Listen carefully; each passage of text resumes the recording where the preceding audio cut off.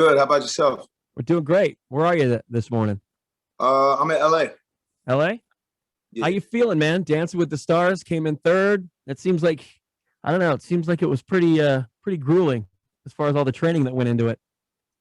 Yeah, man. It was trying a little bit. You know what I mean? You work, you practice every day, and I needed every minute of my rehearsal time. So but yeah, I mean, we got through it. You know what I'm saying? Thanks to the fans. So I mean, it had nothing to do with my dancing. Pretty much. Oh, whatever. You were did good, dude. awesome. You I were was good. proud. Yeah. No, So was it I was gonna say, was it like when you going into it, did you think, oh no, what did I get myself into? yeah, After the fact? that was the very first day I walked into rehearsal. That's exactly what I said. Like, what the hell is going on? Yeah. You know, what I mean? Like, yeah, I did it this time. It's like, yeah, your big mouth did it this time. And was that you or your people reaching out? Like, did you show interest and wanted to be on Dancing with the Stars, or was it your people saying, hey? Dancing with the Stars had been asking me to do the show for well over, I don't know, probably about 10 years or something like that. And it was something that I actually thought that I would probably never do. I mean, excuse me, I don't dance. You know what I mean? I mean, I groove or whatever, it's a different dancing and grooving. You know what I'm saying? Sure. Grooving, you do your own thing, you're in your own zone.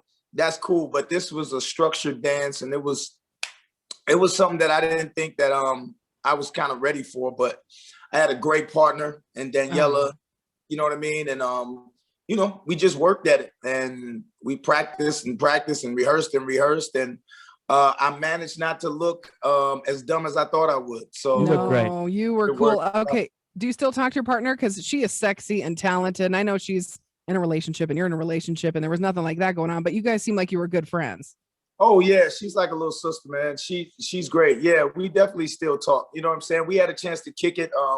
New Year's. Her and her husband Pasha, they're great. You know what I'm saying? They actually have like this online course that teaches wedding couples how to share the first dance. You know what I'm saying? How to do. They teach them how to prepare for that and rehearse a routine if you need to and everything. So they have a great business like that, and they're just all around cool people.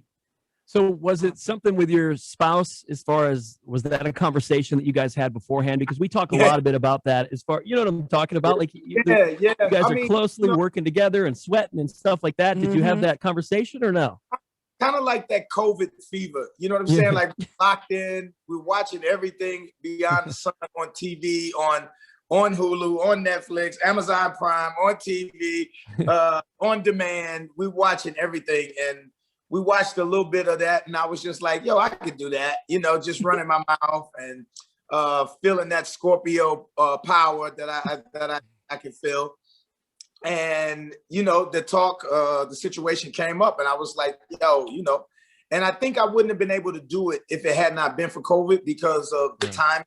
Because it does take so much of a commitment, and it's actually like 7 days a week. You're actually person every day. You start out for a couple of hours only because it's so many contestants, and then as it kind of wanes down, you get a little bit more time per day because they only have a certain amount of rehearsal space. Yeah. So it kind of worked itself out, and my fans showed up for me, and I managed to last to the last day. You did well, man. You're awesome. It was fun to watch you. Every episode, I couldn't wait. I was hoping you'd take the trophy, but top 3 is big. Huge. Yeah. How do you find the time, man? We're looking at all the stuff that you're doing, and I know COVID, you said, had a big part in that as far as kind of things slowing down, but just in general, it seems like you're like, how many Nellys are there to do all the stuff that you're doing? I don't know. If you look on Instagram, I've caught a few pages. There's a few Nellys out there that I didn't know. Oh, that's right. Do you have some fake Nellys or something? People posing as you? Yeah, we got a couple fake Nelly pages and Twitter pages and Instagram pages. No, I mean, I've always been one that kind of try to put my hat in different type of scenarios. But I think a lot of those things kind of coincide with what's going on. So even though it seems like a lot, it kind of flows in one direction. Yeah. So, it doesn't make it hard, so to speak. Right on. That's cool. We love you, dude. We've been fans for Huge. 2 decades. I mean, you're just one of those. You're a hit factory, and everybody loves you. It's your smile. It's how you groove. It's your music. You're just a cool dude. Thank you so much. I truly appreciate it. And does it make you feel old with celebrating 20 years of country grammar? I mean, I didn't even, that made me feel old when I was looking. I'm like, oh my gosh, and we were playing it right here on 97.1 ZHT, and I just can't believe that it's been 20 years. Yeah, it doesn't seem like it's 20 years, but yeah, it's both. You know, you're happy about it because obviously if you get a chance to be in any career for 20 years, you know, it's an accomplishment. I mean, unless you're still, you know, working at McDonald's or probably. yeah, depending what you're doing. Yeah. Well, unless you own it by now and you're the manager. Yeah, you're manager. Exactly. So it could possibly be a great career, you know, not knocking that, but yeah, getting a chance to be in the music industry and still be making music that people want to hear and that's still charting and that's still selling. And now I guess you could say that's still streaming. Yeah. You know, that's a blessing in itself. So, I mean, you know, yeah, I truly appreciate it. And I'm just thankful for the fans that's been riding with me since day one and that continue to go. Well, and making history, you know, crossing over and collaborating with country artists, and you're doing it again with Florida Georgia Line. So are you a fan of country music, like way back from, you know, like growing up? What are some of the like, musical influences that you listened to as a kid? Yeah, well, you know, here's the thing. I kind of got turned on to country music actually like through my uncle. And he was a huge Lionel Richie fan, huge Commodores fan. Yeah. And what he would do was, you know, he's the one that actually got me into music, got me into paying attention to some of the greatest songwriters ever, you know, some of the biggest composers, whether it was Berry Gordy, whether it was Michael Jackson, Lionel Richie. And what the thing was Lionel did a lot of writing for a lot of different people. And Kenny Rogers was one of them. Lionel wrote a lot in different genres of music. And my first taste of country music came through The Gambler. Did it? That's a great song. Yeah. That was huge. Yeah. Ever since then, I mean, obviously Missouri, the Show Me State, you got the Heartland. It's a huge market for not just what I do music, but for country music as well. And it's just, you know, across the board. And you start hearing all these great songs. And then, you know, you kind of start comparing the music in a sense of R&B and country. They're so similar with the stories and with the passion that goes into the music, with the heartfelt messages and things like that. And the only difference is sometimes is what we call the twang. And that's just the music part. Because you can basically take these lyrics and put it over this music and take this music and put it over these lyrics. And, you know, they compare almost simultaneously sometimes. And that's kind of how I got into it. So, I mean, obviously, legends, you want to talk about legends and Hank and George Strait and nice. A lot of different people like that, all the way up to now when you talk about FGLs and going through the Garth Brooks and obviously my man Tim McGraws and Shania Twains and things like that. You know, you just I love good music and I just don't, you know, it doesn't matter where it is or what genre. I mean, if a hit is a hit to me. It doesn't matter. I love it. Do you remember what age it was when you were like, okay, you know what, I think I can make, or I want to make a career out of music? Do you remember the time in your life? You know what? I mean, again, my uncle got me into music when I was like 6, 7 years old. You know, he had me singing old Jackson 5 records and things like that. And then this thing called hip hop took place. And then, you know, I kind of fell in love the first time I started hearing Nelly Mel, and then I saw this guy by the name of LL Cool J, and it was a rap that, you know what I'm saying? I was just like, oh, that's gonna be me. So what advice would you have for somebody listening right now? Because we have a lot of talented people here, listeners that are into music, making music. Do you have some type of advice? And it's, you know, it's changed. Obviously, it's changed a lot over the years. Course. Well, I just try to say, just make sure you love what you do. You know what I'm saying? And with anything that you want to make a career out of, study it. You know what I'm saying? I think a lot of people don't take time to learn about what they want to do as opposed to just trying to do it. You know, just automatically thinking it's something that's just going to come just automatically. And for me, it was more about knowing what I wanted to do, knowing what others had did before me, so that I could kind of take that and build off of it and kind of make it my own. But now it's a little different because, you know, I had to do like talent shows and stuff like that. And you don't do talent shows now. Now you got people who you probably never heard of before, but they got tens of millions of views already, and they have a fan base already built in. So my advice would just love what you do. Nice. And thanks for, dude, sticking around, because we love you, and we hate when we love somebody and they just go away. And then we're like, what happened to them? Like, thanks for like still doing what you love, because we love what you do too. Thank you so much. No, I appreciate it. I mean, you know, it's easy to stay around with support. You know, as long as you keep getting support and your fans keep letting you know that, yo, they're with you and things like that. I think that's what makes it a lot easier for an artist. So this biopic, I've heard about it, that you're playing Chuck Berry in Clear Lake.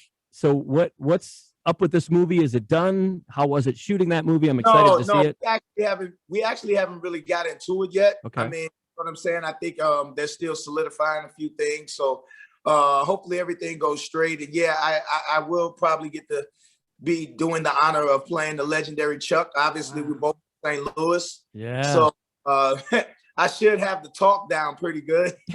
That's awesome. Have you in your life ever had a chance to meet him? Oh, are you kidding me? Yeah, of course. Okay. I mean, you know, you're probably talking about, and I say this graciously, probably two of the heads on the Mount Rushmore of St. Louis. So it was probably hard for me not to meet him or cross paths. We've crossed paths times in St. Louis, and one of them being we got an actual chance to share a stage one time for a performance that we did for the St. Louis Cardinals down at Busch Stadium one time, which was really, really dope. Be it he was a little older. Yeah. But he was still rocking out, man. He was still giving them, and he still gave him the leg. You know That's what I mean? awesome. Yeah. Our little 4-year-old, he'll play the guitar, like he imitates playing the guitar like that. Little Chuck Berry, like doing the leg. That's awesome. You know That's what I mean? great. I love it. Hey, and before we let you go, we do this thing on our show. We call it What's on Your Radar. And we ask listeners and people that are listening to the show, you know, what is it that they're into right now? What are you digging right now that you want to share with somebody else? Like, what is it? It could be a product, a service, music, or maybe a movie that you just saw that you want to share with somebody. Yeah, whatever it is. What's on your radar right now?